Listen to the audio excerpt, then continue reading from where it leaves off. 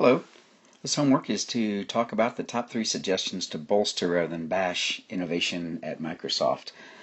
So looking through the articles and the blogs, came up with a couple things that are several of which are interrelated. The first is really creating the big why a change is needed to bolster innovation. So that's kind of a little bit of a foundational activity, I think, developing first off the sense of need to change so the team leader can develop their message on the fact that Microsoft, their company, or in their context, our company, needs to be able to foster innovation. Why do they need to be able to do that? What's the compelling storyline, including a vision, the core skills that the employees need to have to support this change, and the behaviors desired to bolster innovation.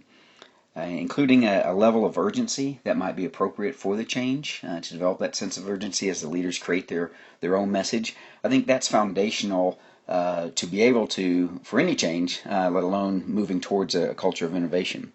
So with that said, there's a couple of things that I think need to be examined with actually how people work, both individually and in the team.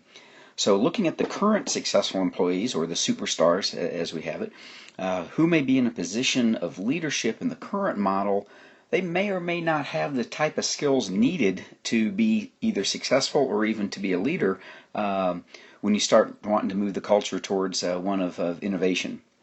And so understanding the skills that they had, such as survival skills maybe even, that got them to where they are today, may not be sufficient to take the teams where they need to be for innovation. We may need to reshape the formal and informal structure, maybe that's a heavy word, but or at least the team makeup, so that those that have the desired skills that we need, those that are in the leadership positions, can be able to influence the teams and be able to drive them towards being more innovative. Looking at the team membership itself, adjustments might be needed to fill the types of roles that are needed in a culture of innovation, such as maybe the challenger, or maybe the person who's a gatekeeper to keep them on track, or potentially the content expert, or some of the roles I think we're going to talk a little bit more about in the forthcoming modules. And then lastly, what are the success criteria for the individuals and the teams? And aligning those metrics or success criteria, such as freedom of fail, balancing creativity with milestones, some of the things that we covered earlier in this work, having those as the core values and what the teams get measured upon for success, I think is also very key and something that I would change. And lastly is aligning those performance management metrics or goals using the performance system to support those. And for example, dropping the fixed percentage of ratings.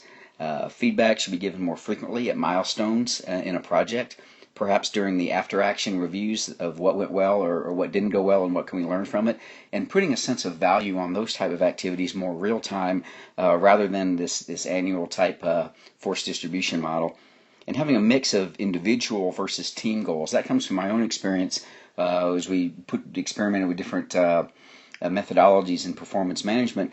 Certainly people like to have the individual component, and especially some of the millennial type folks in the workplace crave the feedback more frequently, but also having a sense of belonging and co-ownership of the goals for the team. So maybe a 70-30 mix would be appropriate.